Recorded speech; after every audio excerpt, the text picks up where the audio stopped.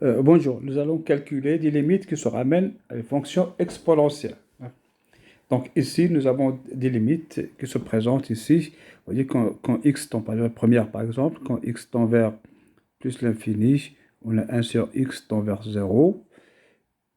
Là, il manque un x ici. Donc, on a ici, c'est 1 plus l'infini. C'est une forme indéterminée. 1 fois 1 fois 1 fois 1 fois 1 fois 1. Je ne sais pas trop ce que ça va donner. Alors, on va regarder ça. Le A est différent de 0. Donc, première chose, on commence par écrire correctement ces fonctions-là. D'accord? Donc, on a 1. Alors, ici, c'est A. C'est un A différent de 0. D'accord? Alors, ça, c'est égal. Exponentielle x, le logarithme de 1 plus A sur x. Alors, la règle est simple. Nous voulons calculer une limite comme ça. Exponentielle u de x. Quand x tend vers A. Eh bien, premièrement, on va calculer la limite, supposons qu'il existe, quand x tend vers A de u de x égale L.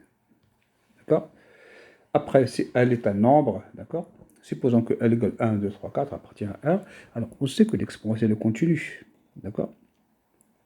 Eh bien, on compose les limites. Ça veut dire que continu, ça veut dire tout simplement, au lieu de dire limite de f de x quand x tend vers A de exponentielle de x, on dit c'est f de l'exponentielle de A, tout simplement. La limite, elle, c'est f de A, tout simplement. Donc, par composition de limite, ici, exponentielle u de x tend vers l'exponentielle de L. Ça, c'est L est réel. Si L égale plus l'infini, bah, ça va tendre vers plus l'infini. Si L égale moins l'infini, tout ça, ça va tendre vers 0. C'est-à-dire, on fait des compositions de limites. D'accord? On fait le théorème de composition de limites. Donc, l'exponentielle, on ne l'utilise pas. À la fin, on utilise composition de limites. Donc, on s'intéresse uniquement à la fonction u. Donc, ici, on s'intéresse à x fois le logarithme de 1 plus a sur x. Alors, a sur x, c'est quelque chose qui tend vers 0. Bah, tant mieux. Vous voyez, c'est comme si on a a égale a sur x. Bah, ça tend vers 0 quand x tend vers plus l'infini. D'accord? Donc, nous avons le logarithme de 1 plus x au voisinage de 0, c'est x. Ça veut dire le logarithme de 1 plus a sur x en plus l'infini, c'est a sur x. D'accord? Après, on multiplie par x. Pardon. On multiplie ici. Ça, on le multiplie par x. On a x fois le logarithme de 1 plus a sur x est équivalent en plus l'infini à x fois a sur x égale a. Supposé non nul. Donc, deux fonctions équivalentes ont la même limite. Donc, ici, limite x tend vers plus l'infini de x, logarithme de 1 plus ax égale à a. Voilà. Donc, l'exposant u, ici, ça tend vers a. Donc, par composition de limite, c'est-à-dire on compose avec l'exponentielle, on a limite quand x tend vers plus l'infini de l'exponentielle x, logarithme de 1 plus a sur x égale exponentielle de a. Voilà. Donc, faites bien attention à la rédaction. On a utilisé les équivalents ici uniquement pour calculer la limite de u. D'accord? On n'a pas utilisé, par exemple, vous n'allez pas dire que, voilà, u de x, je ne sais pas, équivalent à un point A à L, donc exponentielle de u de x équivalent exponentielle de L. On avait dit que ce genre de raisonnement, il ne faut pas le faire parce que on peut avoir f équivalent à g, on peut avoir que f est équivalent à g Et exponentielle de f n'est pas équivalent à l'exponentielle de g. Hein, d'accord? Donc, il faut bien faire attention. On a des exemples. Hein, d'accord? Pour regarder le cours sur le dessus. Donc, on regarde u, exposant. On cherche la limite de u. Après, on conclut. Par composition avec l'exponentielle, on peut calculer la limite. Donc, il faut bien faire attention. Alors, la deuxième limite, donc il est aussi pareil, et s'écrit avec ou à l'aide de l'exponentielle. Hein. On a 2 moins x. Ici, on a un exposant 1 sur sinus px. Et x tend vers 1. Alors, il y a deux choses. C'est comme ici. Ici, on a changé la variable. On a fait a sur x, ça tend vers 0. Ben ici, on va faire le h, le fameux h égale x moins a, ça tend vers 0. Alors, ici, il y a deux choses. D'accord? Il y a changement de variable, comme le premier, et il y a l'écriture. Ça n'a pas d'importance. On peut faire l'un ou l'autre en premier. D'accord? Donc, on va commencer par écrire correctement. Donc, ça, c'est l'exponentielle de 1 sur sinus de x fois le logarithme de 2 moins x. Voilà. Maintenant, regardons h ici égale x moins a dans notre cas. D'accord? Donc ça, c'est la règle générale. Ça veut dire que x égale 1 plus h. Et regardons le u comme tout à l'heure, hein, c'est-à-dire 2 moins x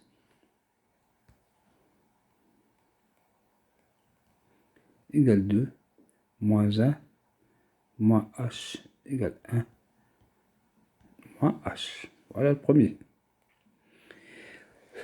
Deuxième, sinus. C'est déjà rencontré, hein, d'accord? C'est un premier cours. Donc sinus px, c'est sinus pi fois 1 plus h, c'est-à-dire sinus pi plus ph égale moins sinus ph. Hein, d'accord? Donc ça, au voisinage de 0, on a au voisinage de 0, donc on a 1 sur sinus px fois le logarithme de moins x. Ça, c'est égal tout simplement 1 moins h donc, sur moins sinus ph. Alors, au voisinage de 0, cette fonction-là, on sait qu'elle est équivalente. Alors, c'est le logarithme ici. D'accord? Alors, on a le logarithme, vous voyez, le logarithme de 1 plus x en 0, c'est équivalent à x. Donc, on a le logarithme de 1 moins h en 0, c'est équivalent à moins h. Hein. Pas de souci, hein, d'accord? Ça, c'est moins h. En bas, on a moins pi sur h. Ah, d'accord? Sinus x est équivalent à x. Donc, en simplifiant tout ça, c'est égal à 1. 2 suites équivalentes, ils ont la même limite. Ça veut dire que limite de fonction, je veux dire x, h tend vers 1, de logarithme de 1 moins h sur moins sinus ph égale 1 sur pi. Donc, ça veut dire tout simplement que la limite, quand h tend vers 0, quand x tend vers 1, de logarithme de 2 moins x sur donc sinus px égale 1 sur pi. Et par composition des limites, on a exponentielle limite tend vers 1 de l'exponentielle de logarithme de 2 moins x sur sinus px égale exponentielle 1 sur pi. Voilà, donc en gros, le schéma général de ce genre d'exercice est le même. J'écris correctement à l'aide de l'exponentielle du logarithme. Je change la variable s'il le faut et je fais les calculs. Ben, on peut examiner le cas des suites.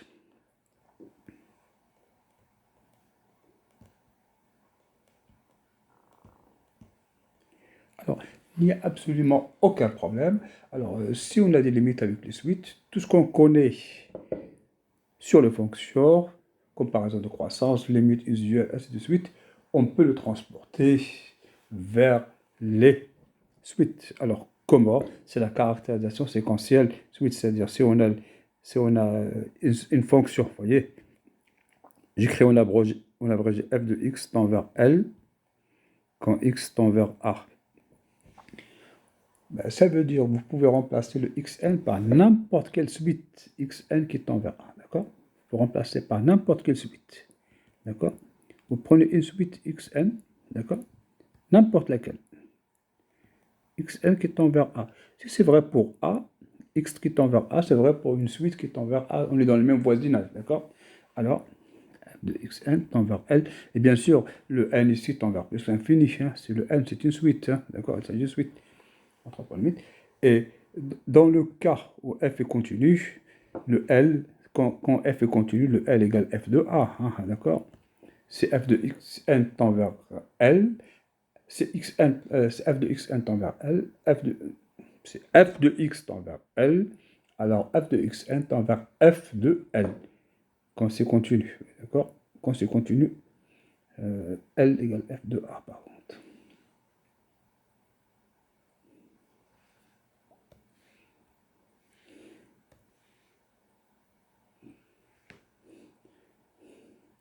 Voilà. Donc, on a ce théorème, ça s'appelle la caractérisation séquentielle de la limite. Le deuxième théorème, c'est le cas particulier quand c'est la continuité, c'est la caractérisation séquentielle de la continuité. C'est pareil. C'est-à-dire, ce qui est vrai pour les fonctions sera vrai pour les suites. Comparaison de croissance, ainsi de suite. Et bien sûr, il faut quand même se ramener à zéro pour pouvoir utiliser les limites usuelles et les équivalents usuels. Alors, par exemple, sans tarder, par exemple, je vais prendre limite, vous voyez, une limite comme ça. C'est toujours n tend vers plus l'infini. Je vais prendre n sinus 1 sur n. Vous voyez, je vais prendre ce genre de choses. Hein. Vous voyez, si n tend vers l'infini, 1 sur n tend vers 0, et n tend vers l'infini, c'est-à-dire plus l'infini fois 0, c'est une forme indéterminée. Alors, comment faire? Eh bien, vous voyez, sinus x en 0, x, d'accord? Et vous avez 1 sur n qui tend vers 0. Donc, on a sinus 1 sur n en plus l'infini, équivalent 1 sur n. D'accord? Les équivalents, c'est un cas particulier de limite. Hein, d'accord? Donc, si on a des équivalents f de x et équivalent g de x, on peut remplacer x par une suite qui tend vers a. Hein, d'accord? Donc ici, sinus x est équivalent à x. On peut remplacer x par une suite un qui converge vers 0. Alors ça, évidemment, on le trouve sur le cours, hein, sur la page dédiée aux équivalents. Hein, c'est à la fin de la page 56. Hein, d'accord? C'est-à-dire que si on prend une suite un qui tend vers 0, on a sinus un équivalent en plus l'infini à un, logarithme de 1 plus un équivalent à un, ainsi de suite. D'accord? Donc, cette limite-là, donc sinus 1 sur n équivalent à n, on multiplie par n ici, on multiplie par n ici, c'est égal à 1. De fonctions de suite équivalentes dans la même limite, donc la limite ici, c'est 1.